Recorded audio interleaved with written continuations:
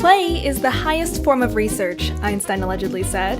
Today, play also happens in video games, and teachers use them in class or for homework. For this video, we teamed up with the folks at G2A, the world's largest marketplace for games, to learn about the 3 dimensions of game design, 4 things games can potentially teach us, and 5 video games that are great for learning, one of which is played at Harvard Business School. First, the 3 dimensions of video game design. Games typically range from simple to complex. They can be played in a single or multiplayer mode, and can be played collaboratively or competitively. We can divide games along the spectrum of simple to complex, and non-social to social. Simple single-player games include puzzles and jump-and-run games like Super Mario. Complex non-social games include the shooters like Far Cry or simulations like SimCity. Then there are simple multiplayer games like Guitar Hero or Need for Speed, and games that are complex and social such as Halo, Minecraft, or Among Us. Games can be competitive, cooperative, or both. Complex multiplayer games are usually most effective for learning. Now, on to the 4 things games can teach us. Video games can increase our cognitive abilities, boost our motivation, make us aware of our emotions, and strengthen our social skills. Games can increase cognition by strengthening particular areas of our brain. One meta-analysis showed that video games effectively teach mental rotation abilities and that such learning can be transferred to the real world. Logic and mathematical thinking can also be effectively learned through specific video games. Shooter games, for example, often train our understanding of relations among objects in space better than regular high school programs. Games can boost our motivation and warm us up for learning. Feedback loops that adjust to one's abilities keep players within what Vygotsky called the zone of proximal development. And as we learn that we advance through the process of trying, failing, and doing, we can develop a growth mindset. Some of the confidence we gain through games can be transferred to other aspects of life.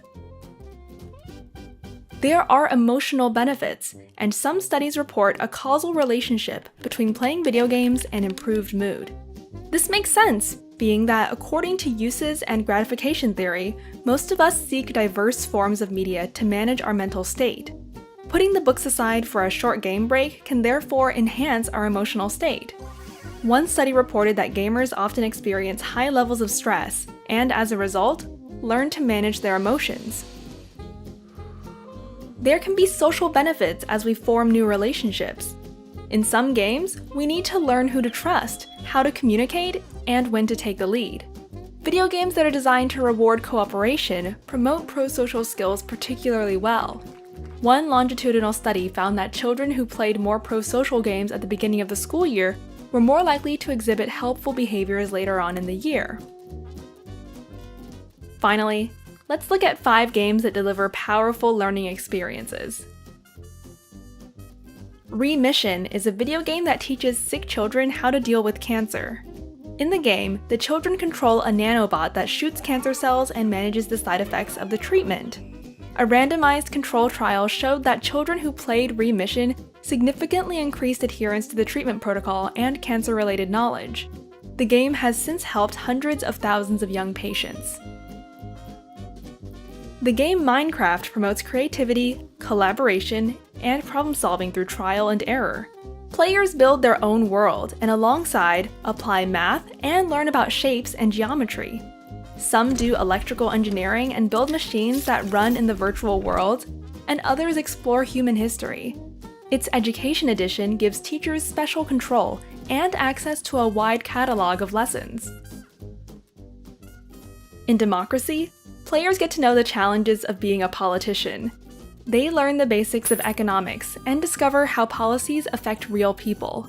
They have to deal with difficult issues like immigration and unemployment, and then still try to win the majority support in the next election. The app Brainquake allows students to learn math in a playful way and without using symbolic language. Controlled experiments showed improved math scores by 20% when 3rd graders play the game for just 10 minutes per day, 3 days a week, for a month. The game was developed with the help of the popular math teacher, Keith Devlin. Its Education Edition allows teachers to monitor students' progress and creativity.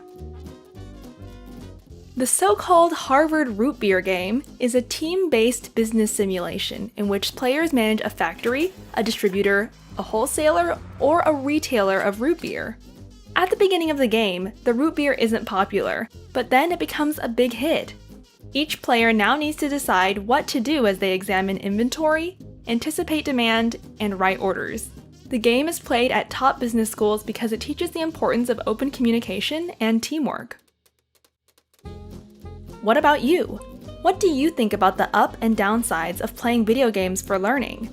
And have you ever learned something in a video game that was later useful in real life? If you want to learn more about the topic, the people at G2A have developed a free online course especially designed for teachers. Just check it out at g2a.co/academy, or read the description below for more details.